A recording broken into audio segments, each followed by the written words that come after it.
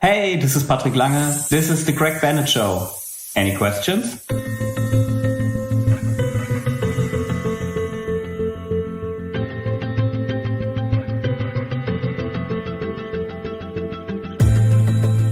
Welcome to the Greg Bennett Show, presented by Any Question. I'm your host, Greg Bennett. And wow, I've just had an outstanding conversation with one of the greatest ever to do the sport of triathlon, Mr. Patrick Lange. And we have a really fun conversation in this. And one of the big takeaways I really think from this is just how Patrick is able to turn up to major championship races almost under the radar, even if he's won them before. He's almost like I think I say at the end there, he's like the silent assassin, that he just can come up to a Kona World Championship and nobody's talking about him, and then he'll just drop these incredible performances. He knows how to prepare for the big day. And he's very open. He's very authentic in this conversation. He shares some incredible stories. The other big takeaway is just how he really finds a why. Why is he wanting to go do this particular championship, and what does it mean to him? And I think that really finds something that he's able to go even deeper on that special day than most, because he's really identified what his why is. But I hope you enjoyed this one as much as I did. I just truly enjoyed this conversation. A little bit of housekeeping before we go on. I do appreciate you all for listening. Love your feedback. Please keep it coming. Please share the show if you can. Help us grow here. It's really been a fantastic journey so far, coming up on almost 3 years of the show, and just so many wonderful conversations. And I couldn't have done it without you all. And also just a reminder to go check out Any Question, the app that I'm building alongside my business partner, Ed Baker, where we have many of the world's greatest, best performers over about a dozen different channels right now. And go check it out. We have swimming, cycling, running, track and field, surfing, hockey we're building out. NHL hockey players are all coming on, which is a lot of fun. And then we also have a lot in the healthcare space, so nutrition and musculoskeletal and healthcare. So check it out. It's free for the first hour. It really is a fantastic place to listen to remarkable people share their stories and share their answers. And you can also go on there and ask any question you want as well. And you can go to anyquestion.com/Greg Bennett, or you can just download Any Question, one word, on your iOS or Android. And like I said, it's free for the first hour, so you can just go check it out. And if you don't want to be a part of it, just cancel it, and it's not a problem. Don't have to pay anything Anyway, I hope you enjoyed this one as much as I did. And remember, success comes to those who endure just one moment longer. All right, today I am joined by one of the greatest Ironman triathletes the world has ever seen. A two-time Kona Ironman World Champion, and the first man ever to break the elusive 8 hours on the Big Island with a time of 7 hours, 52 minutes and 39 seconds. His weapon is the marathon, consistently going under 2 hours 40 off the bike, and holds the fastest marathon time in Kona of 2 hours, 39 minutes and 45 seconds. Add to that his wins at Challenge Roth, Ironman Texas, Ironman Tulsa, and the list goes on, and you can see why I rate him as one of the greatest ever to do the sport. I've been wanting this man on the show for several years, not only because of his athletic achievements and his prowess, but because he's one of the best men I've actually had the pleasure of meeting, and I wanted this opportunity to share his story and his journey. So it's an absolute privilege and honor to sit and chat. So welcome, and thanks for joining me on the Greg Bennett Show, Patrick Lange. How are you, mate? Hi, good to hear you, and great to be on the show. Yeah, you're you're in Texas for the moment. Is this your usual, Kona prep? You go to Texas sort of a month or 6 weeks out kind of thing? Yeah, Texas always have been a good training camp for me. So I've been here for the Ironman. I did my first Ironman here and stayed with the same guest family ever since. So it's the Gibbons. They're just a great a family for me to stay with, and also I think that's kind of my personality. That's like having a good surrounding of good people around you, and it always helps me massively. So it's my sixth time now in Texas. So yeah, it's great. Well, the scoreboard has worked pretty well for you. I mean, what is it normally? You do, how long do you go there for before you head over to Kona? 3 weeks. Okay. So 3 weeks. And then 10 days before the race, I jump on the plane and get over to the big island. It's also good that you cut away like half of the jet lag before going over to Kona. And the heat and humidity here is just killer. This time makes of it strong. Brutal.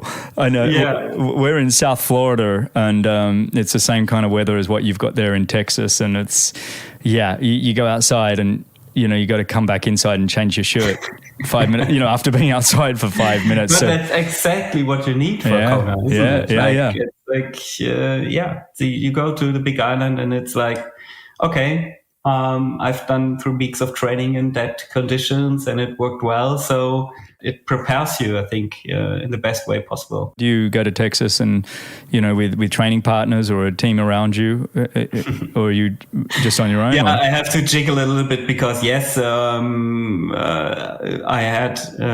have quite a big group here at this time. Most of them are female. I had one male training partner with Paul Schuster. Mm-hmm. Unluckily he got hit by a car in a hit and run accident.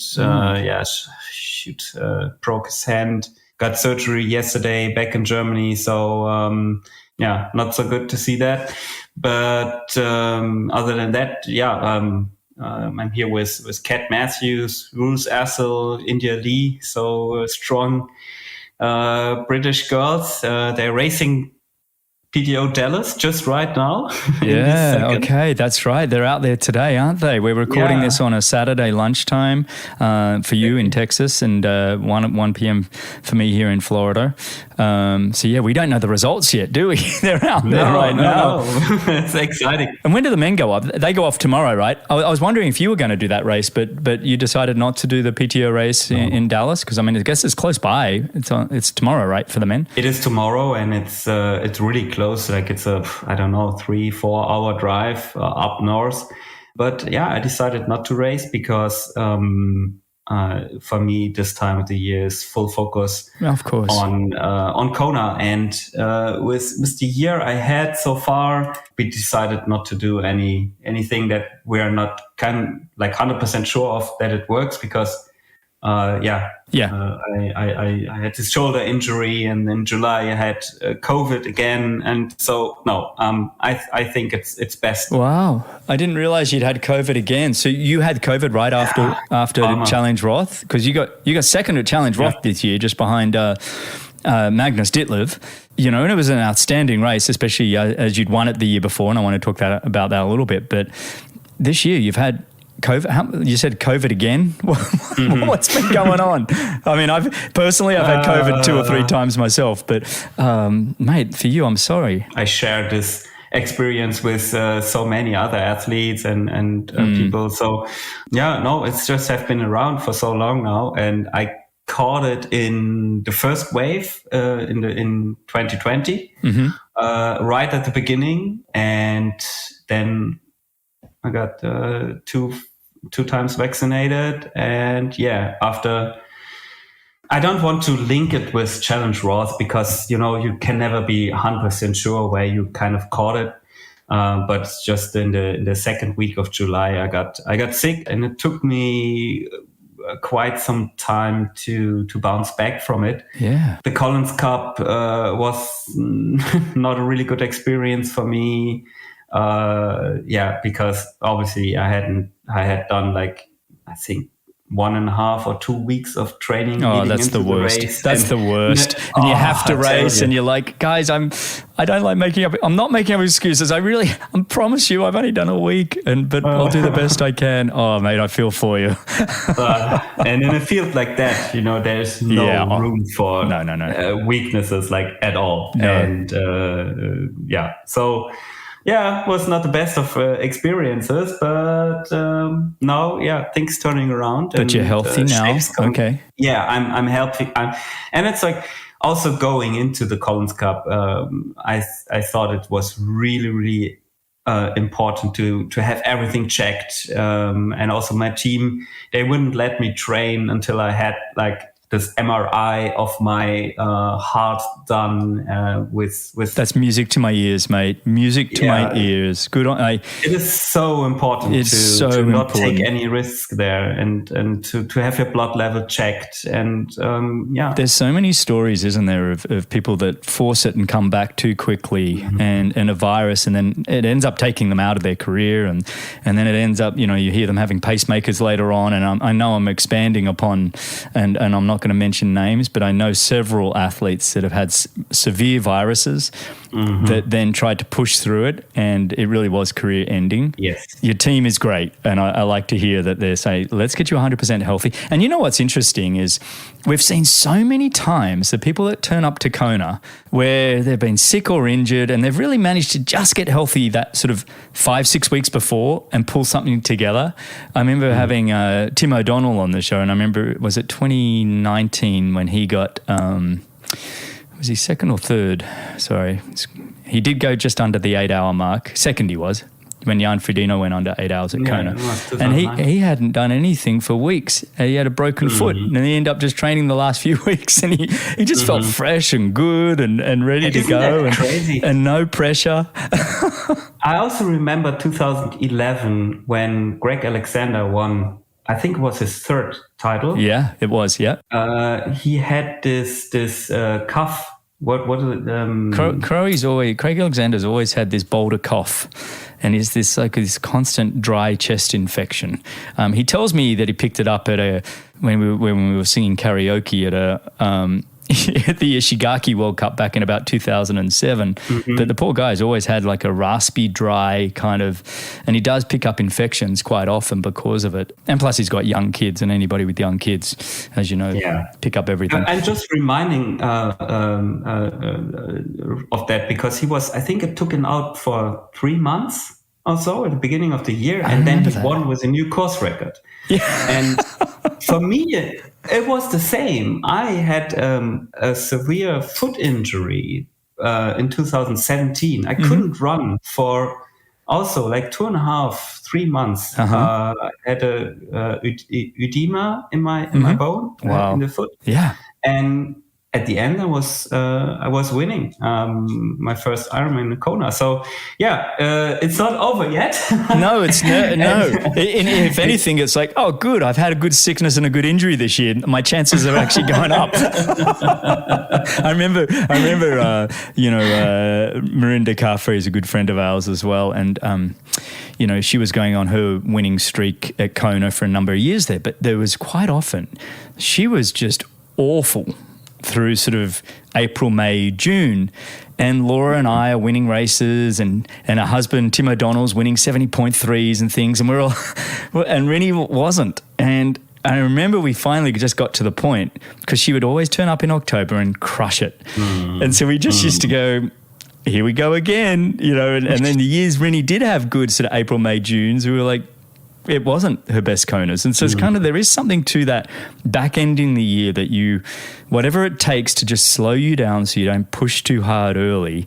So, and you're fresh mentally. It's not just physical. I think mentally you want to hurt yourself. That's exactly the point. Yeah. I think that's exactly the point. If you're mentally able to turn it around, that's the big task. And coming back to Texas, it always does something also with my mentality and my mental preparations. Yeah. So I always feel like growing up here a little bit, and it can also steal a lot of your confidence, and you get into the race not knowing.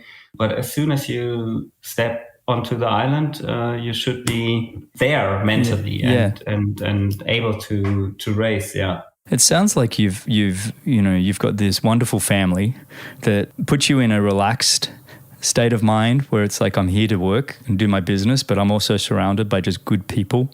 Exactly. Yeah, there's something very special about having that kind of great team around you that'll give you every opportunity to go do what you need to get done. and reduce all the other stresses in your life potentially, which is a major hurdle for all of us. And to be able to just stay singularly focused is really awesome. But let's talk about, this year you had a shoulder injury, you said. What was that?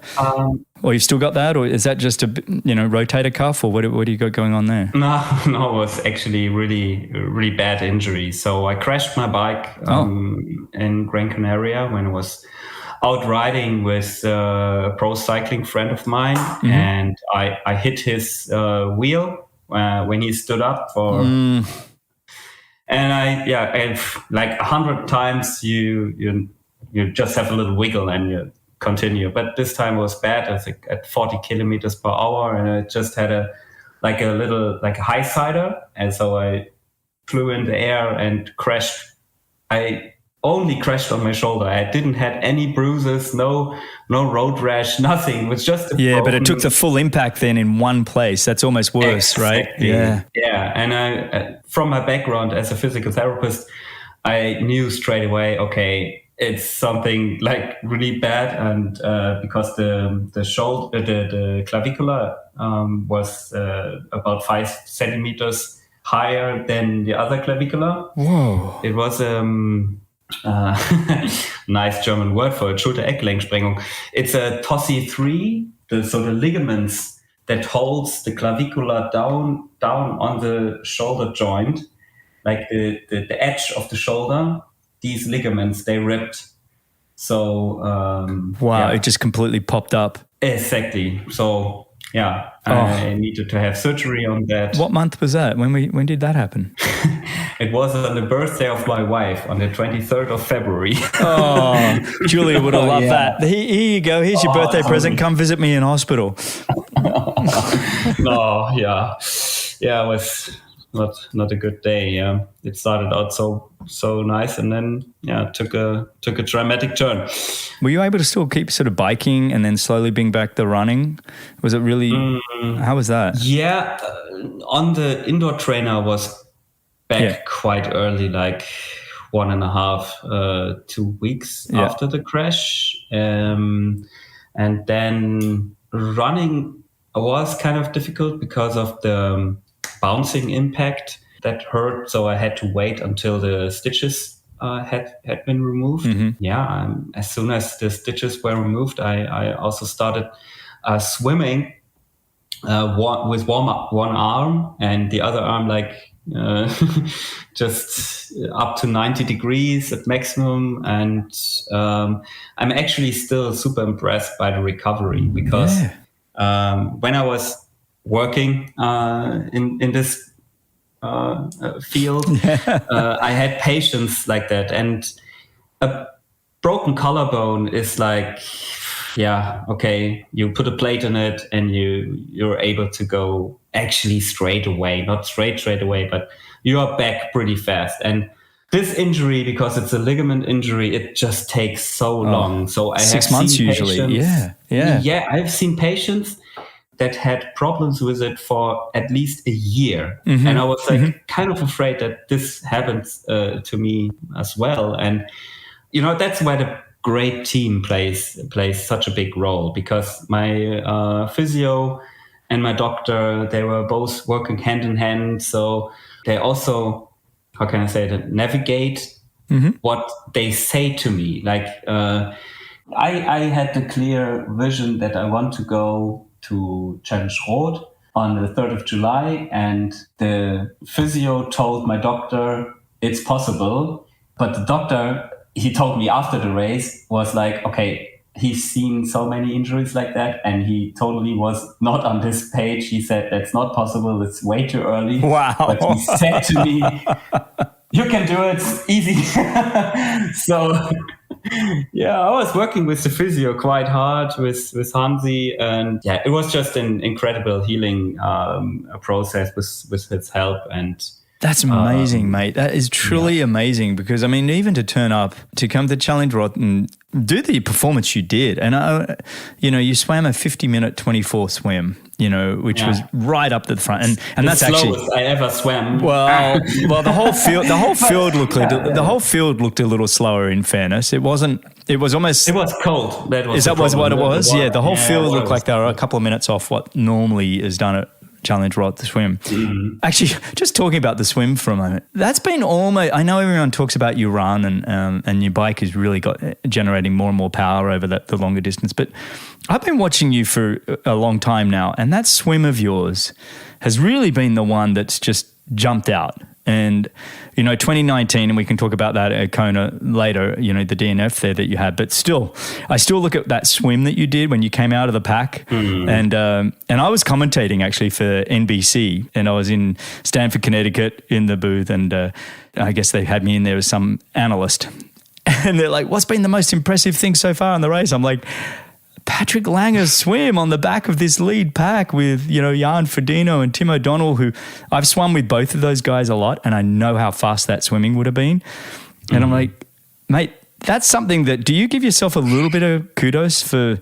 Because I would have said you were a bit more of a duathlete when you started the sport, but that swim is just unbelievable. Yeah, I think I put a lot of effort in it because obviously I also see the way long course racing is developing. You have to be there, even with 12-meter drafting. You have to be at the front, and so I put a lot of effort in. I consulted a swimming coach and he's on deck watching 95% of the swim sets that I did or do. I put a lot of effort in, and actually quite happy to. You can tell, mate. You can tell. Yeah. No, kudos for that. In the race itself, like I woke up in the morning, had a little fever, had a little shiver, and I oftentimes get asked like, why was the swim so good? Yeah, I think. I took the paracetamol, so the fever-reducing medicine. Obviously not on the doping list, of course, but I think, it just allowed me to... Like a Tylenol or something over here, I think. Yeah, a Tylenol, exactly. That's what it was. Yeah. And it got you through the first hour or two, and then it's like, okay, through the first hour, and then it completely. Because I remember you had that fever running that whole day before and everything, and you must have been even questioning whether you even start. But during the swim, I actually was separated from group. I'm kind of proud, maybe it's the wrong word for it, but I was able to close the gap, and I knew like Josh Amberger in front was pushing the pace, and really he's insanely fast. He's so fast, Josh Amberger. And I was able to bridge the gap to these guys. And I was like, when I was, I think it was on the feed from TO. Yeah. And I was like, wow, how did that happen? Yeah. And it was like, it was a positive spiral coming up until I got blackouts on the bike. But yeah, mate. Swim. Yeah. Well, mate, I just wanted to talk about that swim a little bit early here in the show, because it is something that I just wanted to give you a bit of a pat on the back, because it's not easy to do. People, you can work at something, but swimming is so much about flexibility. And almost changing the way your body, it's not just raw power. The bike is kind of get more aerodynamic. Yes, you need some flexibility to get an aerodynamic position, but it tends to be, it's raw power the faster you go.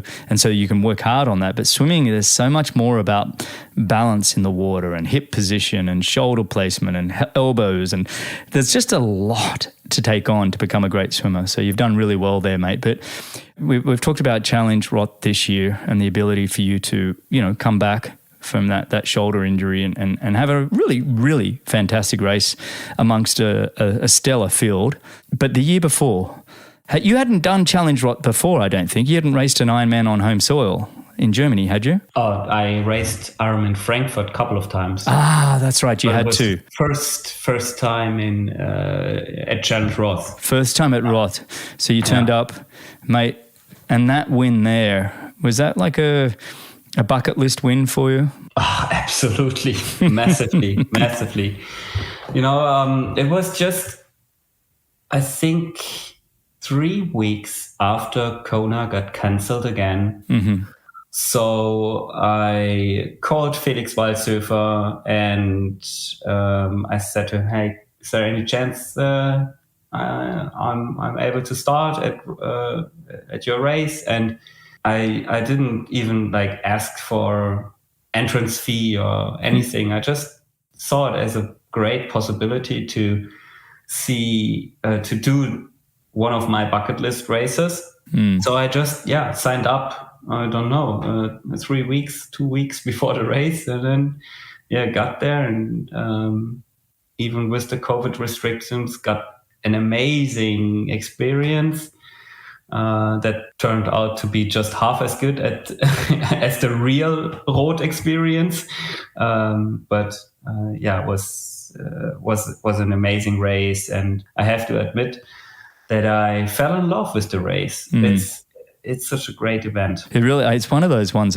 My wife Laura got to do it. We had all these bucket list races that we wanted to do, and we were definitely more focused on the short course. But there were certain races that are just so iconic that you want to be a part of, and she still raves about it. Just as one of the greatest event, and it's one of mine where I'm like, I think I would have loved that. But you turn up with a couple of weeks' notice, and you drop one of the greatest performances. I know that something was off with the bike that year. It was maybe 10, 15 minutes quick for some reason. Was it a bit short, the bike that year? And not to cheapen your event, but it was, they had to took out the solar hill because of COVID restrictions and constructions. So it was a tad short, yes. And looking back, it was like... I had such a great day that I wished to have this. I think it was 10 kilometers missing, so it would have just been great to see the time in the end. Your performance was off the chart when you consider, you swam at 47.28, you biked a 350, but it's more who you biked with as well. Niels Fromhold, one of the iconic Uber bikers, and then you drop a 2:38:30 marathon, which no one else came close to. Well, actually, that's not fair. There was Felix Henschel who did do a really great. Yeah, he ran a 2:36. Yeah. But still, 7:19. That's why I had to show up again this year. and Yeah, it's just my competitive drive said, okay, I can do a little bit better. If somebody's going to try and outrun me, I need the run course record. But you went a 7:19:19 and took that win, which was just absolutely mind-boggling. Annie Hug took the win that one as well. And that was all, coming out of COVID, everybody's like, can we just get going here? Can we have a major race? And it was kind of one of the major events that we got to have, where everybody turned up saying, hey, I want to be a part of that as well. So the field, again, was absolutely stellar. But mate, congrats on that. I think in 2021, there were actually 2 events that you needed to be at. And that was obviously the North American Championship in Tulsa with a stellar field. Yes. And Challenge Roth. And you won them both. It was a good year. It was a good year, but it's nice to have that when you're coming out of 2020. Like you said, you'd had COVID. During 2020, you couldn't tell if the world was going to end the way that everyone was going on about it. And then it was kind of like 2021 was almost like this breakout year. And it was what I loved about 2021 was because we had limited events, we really did get stellar fields at the events that we did get, right? I mean, it was really epic. And your win at Ironman Tulsa, I didn't mean to just breeze over that because that was another outstanding one where I feel like you just own this sub 240 marathon. You went like the 236, unbelievable. A 47-minute swim. You've become you really are an all-round triathlete with weapons across the board now. When I look at your swim, your bike, and your run, and there's a couple of bikers like Magnus Ditlev and Sam Long every so often, Lionel Sanders that are really just squeezing a few minutes, but you're right in there. I'm very impressed. And Tulsa was huge for you when you went a 7-hour 45. Unbelievable, mate. It's always important to be thinking out of the box and try to develop yourself. And at the end of 2019, I knew that the time with my old coach Fares Al-Sultan came to an end, and I have to up my game if I want to be able to compete with the best of the best. And so I also looked for a coach that brings the scientific background on board and puts me on a more structured training regime and stuff like that, because training with Fares was great at the time, because he was this, I always describe him as like a little like this big, how could I say, like this light pole figure for me. He was, everything that he said was the law for me back in the days when I started 2016, because he was Fares Al-Sultan. He knows how to win Kona in Saxy. So that was perfect at this time. But after 2019, I needed something new, and I was able to work with Björn Geßmann, and it helped massively. And we obviously took the right choices, and I was going all in again. Yeah, it's not easy leaving a coach and transitioning, and these are big decisions. Any coach athlete is a relationship. You build a strong bond, and there's a lot of trust and everything else. But it's also, you have this one career where there's always a time limit on it. It's not a career we can do for 50 years. And it's kind of one of those, I've always sort of liked the idea of looking into new coaches. You may not always change, but every sort of 4 to 5 years, and going, look, have I learnt everything I can from that person, almost like a degree? Fares getting you into the sport and maybe just helping establish your passion for the sport and really giving you a sense of purpose early on, but then going, okay, now I need to just tighten the screws a little bit in terms of sports science and understanding at a more micro level what my body's doing.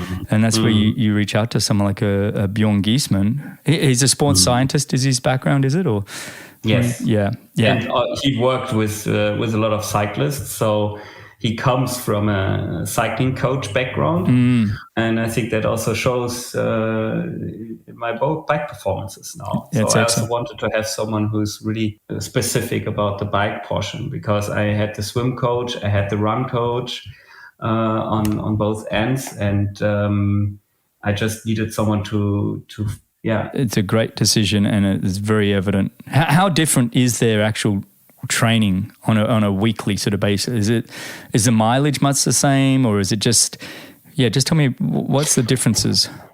No, the mileage actually got less. We threw in a lot of intensity stuff in different at different zones. There's actually really little days where I don't go out and have a specific goal for the training sessions. Sometimes, obviously, it's just easy rolling, but in the big pictures, especially now, every training day has the specific goals and specific intervals. And when I was working with Fares, it was more like, okay, you go start your ride, you feel. It was much more like train how you feel kind of style, and it was perfect for me at the time. I don't want to get, I don't want to miss any credits for Fares, because obviously he made me 2-time Ironman World Champion. So now it's much more structured, I think. I think we've also come a long way with the way we're able to measure and use data. Especially these last few years, the information we can collect now and process is so much more advanced than even 5-6 years ago, right? I mean, it's like, and especially when you compare it to 10 and 15 years ago, I feel like now we're collecting information, you're able to get data back. Are you somebody that likes data, or do you kind of like to switch it off and go by feel, or is it something that you're drawn to? Actually, I still love being out and just enjoying and go by feel. But these important 8 weeks building up to a big event, I also love the data side of it because you can see the development and you can set your little goals, working on these little performance gains. So, and actually see the things falling together and, falling into place and building up slowly.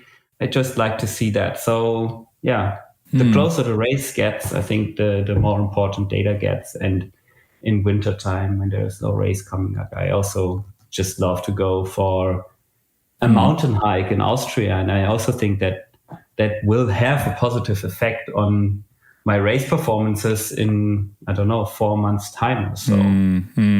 Yeah, it's really understanding that balance and timing of it all. I like that. You have a very good self-awareness, and I think that's important as well. Hey, what I want to do is just shift gear a little bit, because one of my favorite things to ask a guest is to rewind the clock and just give us a bit of a background to where you came from, in the sense of, how did you find the world of triathlon and find your passion for the sport of triathlon. Take me through from your childhood to I mean, I know that's a long way. You can give us bullet points, but I'm really curious. Yeah, so I started like every German boy. I started out playing soccer. At first I was a goalkeeper because my older cousin was also a goalkeeper, and then I thought I needed to be a goalkeeper myself, but then I figured out that that's much too less movement for me. So I was playing the midfield then, and I was the guy running up and down the field and never got tired. So there was pretty early on, it was pretty clear that I need to be in running or athletics or some kind of things. And because I wasn't the greatest of all soccer players. Then I got to the athletics, and I tried everything. I tried throwing and sprinting and jumping, and I was not actually not at all good. I was really bad at it. So at the last challenge they gave to me was I had to run 1 kilometer all out, and then I was quick straight away. So they thought, okay, he need to run, and then my endurance passion was awake from that moment on. But at the same time, I also was driving go-kart races, like interesting, totally different sport. Formula One. My big idol always used to be Michael Schumacher.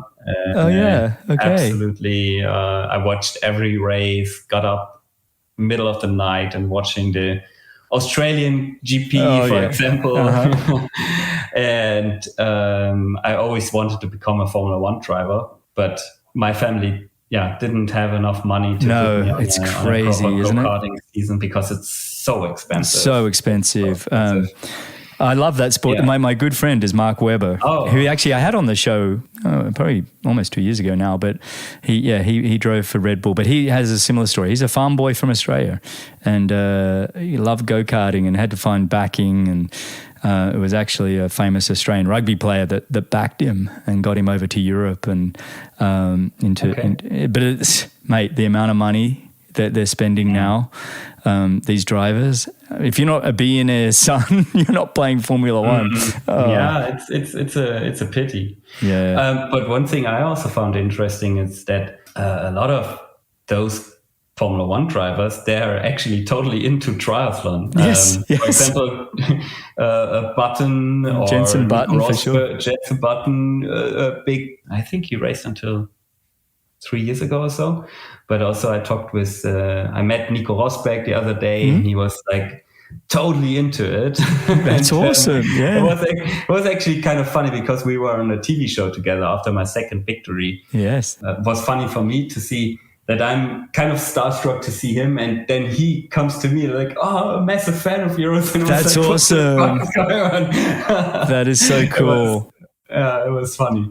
Well, you did win. I remember after 2018, you won the Sports Star of the Year award for Germans, right? In Germany? Exactly. Yeah. I won Sportsperson of the Year award, which is yeah, it's great. It's a big thing in Germany, and also a big honor for me because I was the first non-Olympian to win in an Olympian year. So there was I think 2018 was the Winter Olympics. Yeah, was the year of the Winter Olympics, and I won, and that has never been achieved by a summer athlete or any athlete to win in a non-Olympic sport in an Olympic year. So yeah, great honor, and still, yeah. Well, congrats, mate. Yeah, that is pretty cool. The year before I was second, and the year after I got it. That is so cool. So tell me, you've fallen in love with the endurance side of things. You know, when did you realize you had some ability and specifically in the world sort of multi-sport? Because I had this passion for speed coming from go-karting, and I couldn't afford it anymore, I switched over to mountain bike racing and road cycling racing. So I was a cyclist, and I trained for it, enjoyed it massively. No training schedule. I just got on my bike and rode for hours with my friends, and it was a great time. No training plan, but still racing. And I think I won my first mountain bike race straight away, and it just suited me. And then I signed up for a 120 kilometer marathon on the mountain bike, and I fake signed the signature of my dad to get into the race because obviously. How old were you? I was 15 You're years 15, old. Okay. And I took on this, it took me, 6.5 hours to finish that race. Oh, wow. And it was our first long course experience. And then, somehow I met a triathlon coach, and I started to work out with him for a little bit. And then he told me all that great stories because he competed 5 times in Kona, and he was always talking about this race. So I got into the history of the race a little bit, fell in love straight away, and knew, okay, if you start that triathlon thing, Kona is the race you want to be in. Mm-hmm. So for me, it was always a dream to go to Kona, maybe win Kona if that's possible. But that just keep me going. And I think I was 16, 17 when I started for the first time. Yeah, and ever since that, yeah. So that was back in 2002, 2003. You kind of found the sport. Exactly. Yeah, exactly. Yeah, and Faris, he won in 2006, was it? 2005. Mm-hmm. Yeah. Yes. You mentioned earlier that you're a trained physiotherapist. Yes. Did you work in physiotherapy for a while before sort of becoming professional? I was because I've had this cycling background, I was never a great swimmer. And I have never made it onto the national team. So I had to afford a living in another way. So I went to the military for 2 years. Worked there, and because I thought, it's a good chance, I go to the military and can do a lot of sports there. But was maybe not the best of decisions looking back. And after the military service, I signed up for a physical therapist studies, and after 3 years, 7 to 5 studies and doing the training. Funny thing is, I started my studies in 2010, and 2010 was also the year where I won my first German championship in duathlon against Norman Stadler and Sebastian Kienle. And wow. So actually handling both the training and the studies allowed me to get even to up my game in the sport. I don't know why. It's Craig Alexander says the same thing. Craig Alexander says the reason he thinks he had a lot of success at Kona was because of having that background and study of he's a physiotherapist as well. I know. Yeah, and he often credits it. I've had him on the show a couple of times, and he often reflects back to the importance of understanding how to treat the body on the fly and keep the body going. Absolutely. Yeah. I got this question often. And I think it's a massive help. It's a massive help to know, okay, there's a niggle, I need to do this and that. And, I've not been injured for a long time now. Except for the crash now, obviously. Well, yeah, of course, but that's a little different when you get hit by a road. It's very different. Yes. Yeah. Yes. No, it's a cool job. Yeah. Was it after winning that national championship that you were kind of like, okay, did you become a professional then, or did you keep working for a couple of years still? I was always racing as a professional. I also did the Bundesliga stuff before the studies even. Yeah. So when I was 18, 19, I started racing Bundesliga, European Cups. I once also started a World Cup, but never was really successful in it. Mm-hmm. I always raced as a professional and not having this professional lifestyle at all. So the first year where I was, let's say, the real professional was 2016. I worked until February of 2016, and Ferris was the big driving force behind it to completely focus on the sport, because we trained from, I don't know, he coached me, I think, from October onwards, and I felt like, okay, this guy is serious. So I cannot handle both. So he guided me in this decision and helped me out with all that things you might not see in the first place, like insurance or whatever. It's like, it's so incredibly different to start out as a professional. It's not just raise your hand and say you're a professional. There's just all that stuff that's behind the scenes is massively, because I had to sign up for private health insurance in Germany, and it's super expensive. Like, it's 450 euros a month, and to be honest, I simply couldn't afford it, and that kept me away from being like the real professional. Even if I had some sponsors and a good paycheck here and there for winning races, but I also was working as a physio because it paid for my insurance. You had bills to pay. Yeah, I got bills to pay. I can't just say, okay, I'm full time, and then now I can't eat and I can't pay my bills and I have no insurance. I know it's not an easy.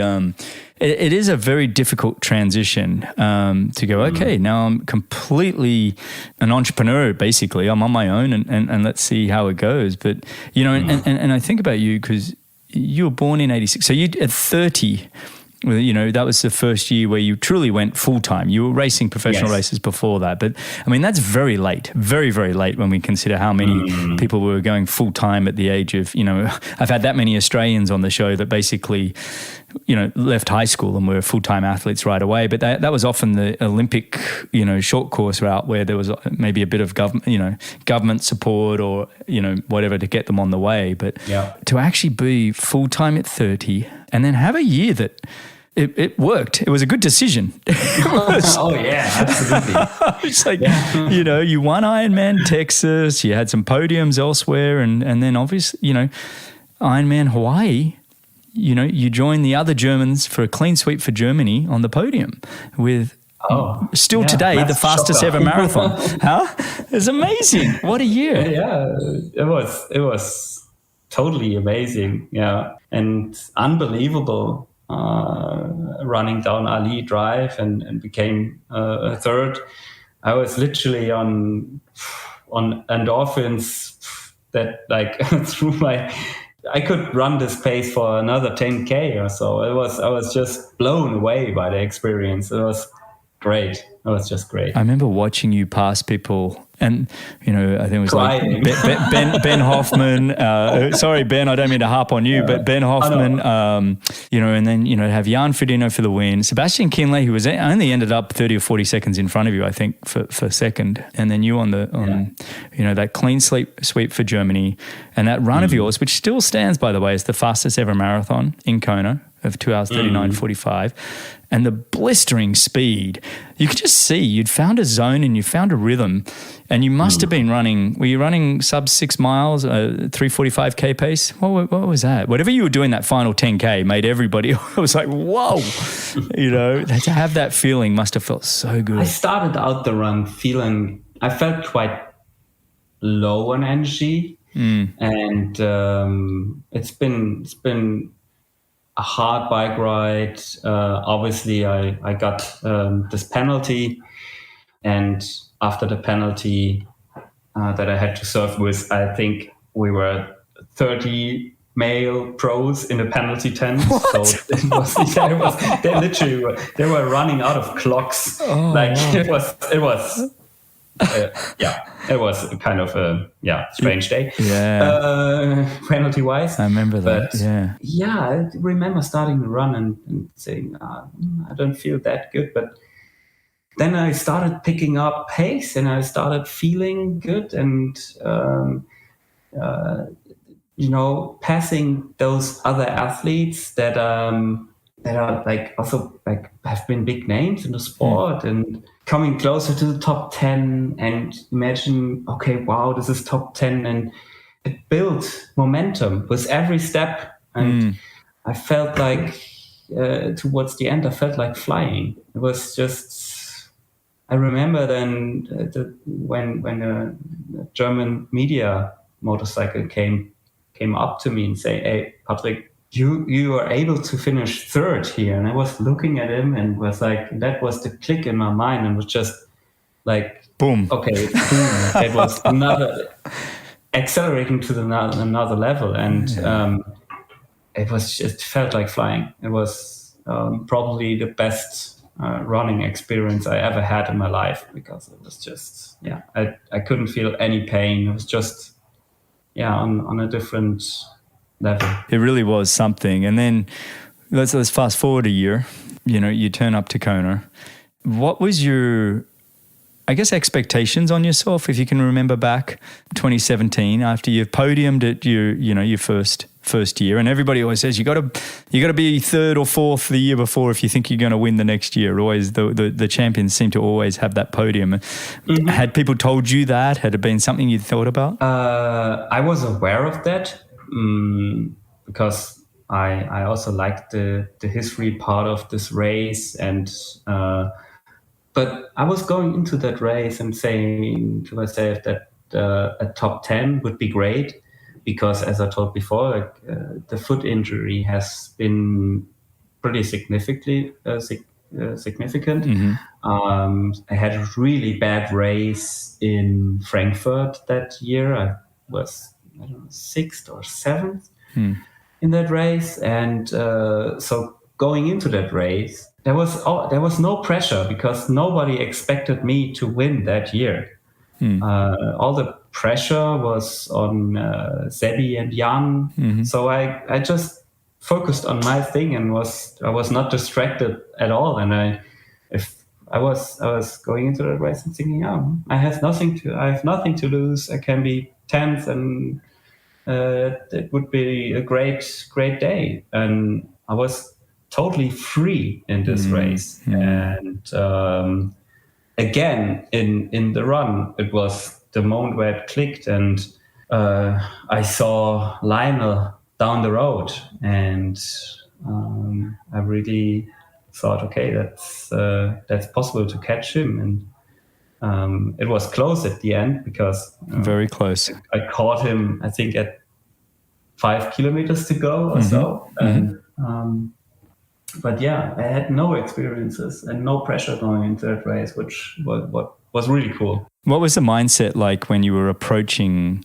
Lionel? Because it's always interesting when you're about to pass somebody. It's like, do I surge? Do I sit and kick? What it's like, I need to make this move right. What was you thinking when you were approaching Lionel, at that 5 kilometer mark to go, wherever? Was fatigue kicking in on you, or did you still feel pretty good? No, there was no fatigue. But with all the respect to Lionel, but I knew if I just continue what I have done for the last 37 kilometers, yes. I will be able to outrun him, because back then his running technique was even worse than it's now. So I saw him and he was hurting. You could see he was hurting. So he really muscles it, doesn't he? He really muscles it and then grinds it. Yeah. I work so hard on my running technique and improve and have a specific running technique coach. And then you see this guy, and he is a really fast runner, bloody fast runner. And with that running technique, it's incredible. Yeah. And I knew that I have to focus on myself and do what I did. And I saw the splits on my watch. They were quick. Yeah, so I was not really attacking. But you kind of owned it. So look, you end up running. You run a 2 hour 39:59. So 14 seconds slower than the year before. Were you disappointed? I'm just kidding. I mean, that's pretty crazy in itself, right? I mean, 14 seconds difference in a run split from the year before. Talk about consistency. It's absolutely incredible. and a course record by that day. Yes, that's right. It was Craig Alexander's course record was broken, right? Exactly. Wasn't it? I saw Greg standing on the highway, and I was, it was great because he was cheering me on, and he's such a great person. I really look up to him. One of the best men I know, 100%. Big shout out to Craig Alexander. I think everybody in the sport loves that guy, and what he did for the sport was outstanding. So you crossed the line in 8:01:40, and I think Crowe's record was 8:02 something. I can't remember it, but you took a good chunk out of it. And what's interesting is, again, now if we fast forward to 28, the next year, 2018. And you again break the course record. It's like, so each time you win, you decide to break the course record. You don't just win, you break records as well. And this next year of 2018 has to be a very different feeling coming in. Now you do have the pressure on your back. You are the champion. You've won you've got the course record. You've shown everybody their hands are there, and now everybody's saying, oh yeah, he should win again because he runs it. No, not at all. No? Somehow, nothing? No. Somehow. Greg, you're an idiot. You got it completely wrong. No. No, somehow maybe it's my personality, because I'm not a big mouth guy, and I'm not really outspoken, and I also, maybe my English is not the best. So somehow I always manage to go into that big races and flying under the radar, even by wearing number 1. And it was the same in 2018. It's like going into the race, and I had a bad race in Frankfurt, and everyone was, the big favorite. He had his time. He was a fluke. He's not going to do it again. Something like that. Yeah. And I was like actually thinking, hey, that's great. Thank you very much. Yeah. I'm in a great shape. I go into that race. Not a big amount of pressure. But I had to redefine my why every time I go into that race. 16 was the magic of the first attempt in Kona, obviously. Then going into 17, my why was to win it for the first time. And going into 2018, my why actually were 2 whys. And the first and most important thing was I had this proposal in my mind. I wanted to get to that. I want to do it if I win. I would have done it anyways, but not in this public fashion. When I was becoming third, I would have done it on Mauna Kea. But going under 8 hours was my second why. We worked on it in the wind tunnel and improved some things on the bike and on the run. So it was a big thing for me, and big motivation to show that it's possible. One of the greatest performances we've ever seen. And it was, a 50-minute swim, a 4:16 bike, which took 12 minutes off your bike split from a year before, almost 13 minutes actually. And then, an average run for you, 2:41.31. You decided to back off. You decided not to go under the 2:40 for some reason. I'm just kidding. But, a 2:41.31 marathon for then a 7-hour 52. It's not like you just snuck under. We're talking, 7.5 minutes under the 8 hours. I can only imagine that feeling and how wonderful that experience must have been. Mind-blowing. Absolutely. And so then, mate, the proposal, I think you caught us all off. I think Mike Riley was asking you about the race and you said, hang on one moment. And the best part about it, and I did just watch it again, it was like, Julia! She was talking and you totally barked at her and everyone's like, whoa. You're like, I just wanted her attention. Oh, that was so great. I was re-watching it and I actually, now she would have been, hey, watch your voice. Exactly. I'm like, oh, you just wait, mate. That's coming back to bite you. I was lucky to get away with it. Yeah. Oh, but it was great. And then to have the energy to get down on one knee. And you must have been pretty confident. Without cramping. Yeah, that's what I mean. I don't know. I can't even do it now. After an Ironman, 7-hour 52 Ironman, you've just crossed the line. It's only literally a minute or two. I don't think Lionel Sanders had even crossed the line yet. No, it was Bart Arnold's coming second. Oh, that's right. Had a bad race. Sorry, that was the year before. Yes, Bart Arnold's, and who also went under 8 hours. And my podium partner, as always, David McNamee. Yes, he became third in 17 and 18. So. Yeah, there you go. Yeah, and so you must have known she was going to say yes. Were you pretty confident? That's a. Oh man! Yeah, it's still. I don't know if I can say that. It's still a woman, but you never know. Well, you never know, and that's the thing. I think back when I proposed to Laura, and it was like I kind of knew she would say yes, but it's still there's still like 1% chance, and I was like, you had some balls, mate. You put it out there, and but she was ecstatic, and it was pretty cool. It was a really special moment, so it was kind of cool. What a day for you to have, have that incredible race performance, have the woman that you love, propose to her and have her say yes. Was very, very cool, mate. When you think back on these performances, and we've gone through quite a few on this episode, the highs of your career, is it hard to pick one? Or is there, what's the highest high? The highest high? It's hard. It's really hard to pick one. I think I would go 2016, third place, because it was so unexpected. And the endorphins, I talked about that before. It was like I never experienced before and after. I was on such a high, and having this lay around my neck and if you rewatch my finish, I was dancing with my dad, and it was just mind blowing. It's hard to compare, but I think the endorphins, really cool. They have been the highest at the third place. That's so cool. It really, you touched on a word there, the unexpected. It's like when you have a performance that's unexpected, and then it's truly emotional. Like you don't, there's almost like more of a hormonal release in your body. What about lowest low? Oh, the lowest low in sports, that it must have been 2019. And that's why I'm also saying I had the whys to race and to perform. And 2019 was just a tough year.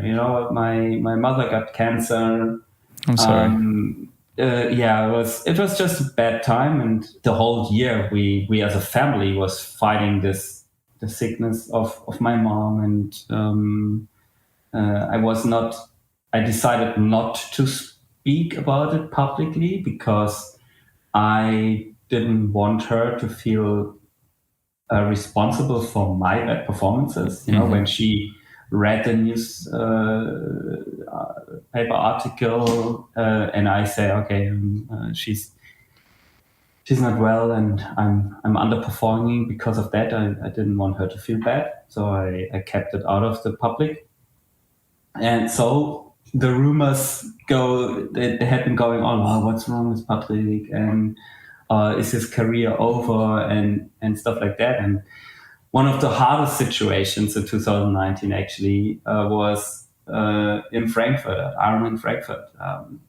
I had to be at the press conference before the race, and my mom got her chemo in Frankfurt at the same day. So I was waking up in the morning, going to a hospital, at the bed, staying there for, I don't know, 2-3 hours. And then I had to go to this press conference and standing there and say, I'm ready and I'm able to win, and like acting more or less, like I'm feeling super strong.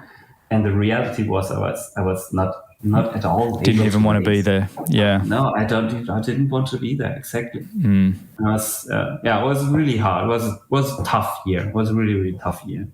What have you been able to sort of learn from that sort of year that inspires you now? When we talk about your why, we have finally we have Kona coming back after 3 years.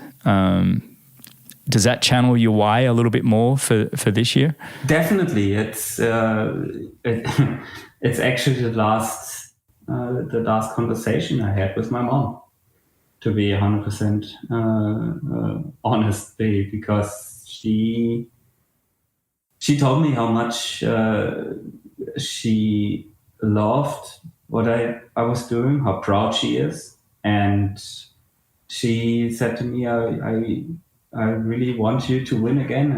I know you can do it. I know you're better than the others. And she said, that's your biggest passion. And you go back there and, literally said, kick some asses. And, it's a big... That's a powerful why. Powerful why, yeah. I think so, yeah. Mate, well... You've got me almost tearing up here. So I think your why is very powerful. So thank you for sharing with, I think it's exciting to see you back. I know this year's had a couple of stumbling blocks, but you sound like you're in a really great place. I just want to finish up as we're recording this sort of only, a few weeks out. Mm-hmm. When you look at this year, and we haven't talked much about this race coming up because, it's all...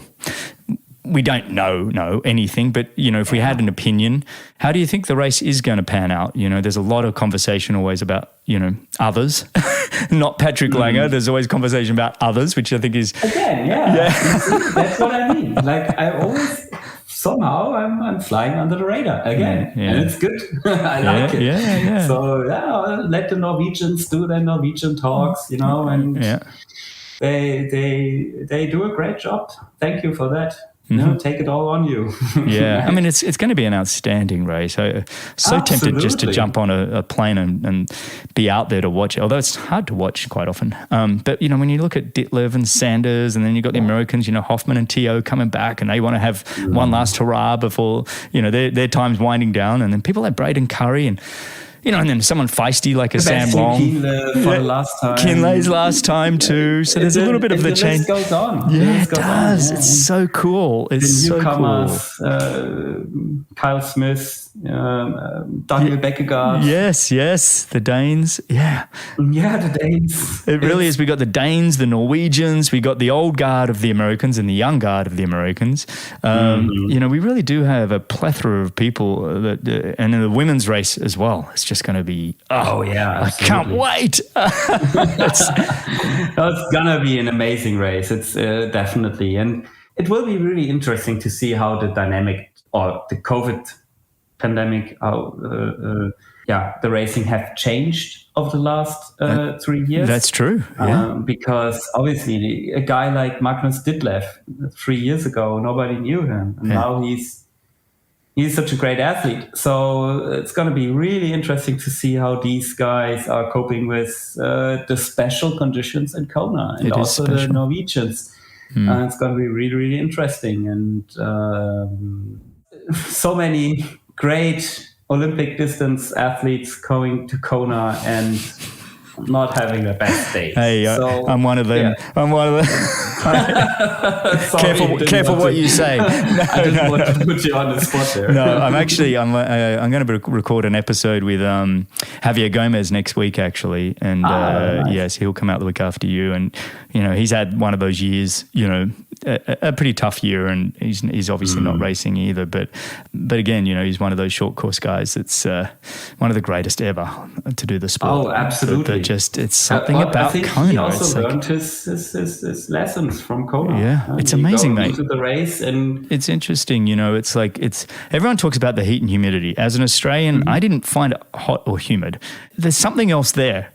And I'm like, it's something else there, and I don't know that we've quite nailed it. I think you have, but the rest of us never got it quite right. And but mate, I'm really looking forward to watching you perform. I truly wish that you just have your day again. There's nothing better than watching you just fly along the Queen K and just have one of those remarkable days for you, for your mum, for your family. I just would love nothing more to see you come flying down and take another win, mate. So, and I truly appreciate you coming on, and, I've taken a good chunk of your recovery time, and I just truly appreciate you, mate. Thanks for that. I will do my best. That's for sure. That's all you can do. A lot of good years coming. It's great to see the newcomers leveling it up, but I think I have quite some more good years in me, and it's going to be fun. Yeah, you're like the quiet assassin. You're like this quiet achiever. I like that. I like that. Yeah, the quiet assassin. You can use that. There you go. And then after Kona this year, are you done, or it depends on the result, or you got anything else to wrap up the year? Actually, I'm completely focused on Kona. Yeah, right not even now. worry about it. So maybe do the validation for next year to be completely open for next year, because you don't know yet what the PTO will do, because there are some rumors that they will have a long course event next year. So yeah. I don't know. I keep it open for now, but also because I lost so much time with the injury. I in the back of my mind I have the possibility to. You've still got some energy to keep going here. That's a good place to be in. Mate, are you racing? Sorry, the schedule for Kona this year, it's like it's broken up over a couple of days, the race, right? So the men are, you guys are on a Sunday or Saturday? Which one are you? Saturday, and the women are on the Friday. Thursday. There you go, Greg. Get it right. I would have completely missed them both. Well, thank you very much. That's awesome, buddy. But, mate, it's been wonderful just to catch up and chat and hear your stories. Thanks. Yeah. And, thanks. Sorry for letting you wait so long. I think we met in Chamorin last year and had our first conversation. And you've been on one of the top of my list. You end up in my Instagram messages for whatever reason. I didn't see it, so sorry. And not at all. It's actually worked. It couldn't have worked out better to be able to have a conversation with you as we come into an actual Kona. After several years and the timing of it, and you just saying yes to do it at this time of year, I truly appreciate you, mate. So again, I'll be really shouting loud for you, buddy. Would love to see you have just a tremendous performance, and thank you again for coming on, mate. I appreciate it. Thanks. Thank you very much. All right. Now, just for everybody listening, you can find all the show notes and timestamps and everything at bennettendurance.com/media. Thanks a lot for listening. If you've enjoyed the show, your support would truly be appreciated.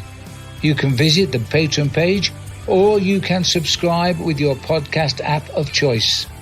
Don't miss the next episode, so subscribe and be notified. For show notes, if you want to know more, please visit BennettEndurance.com. I'm Phil Liggett, and on behalf of Greg Bennett, here's to the next time, and I hope you will join Greg again very soon.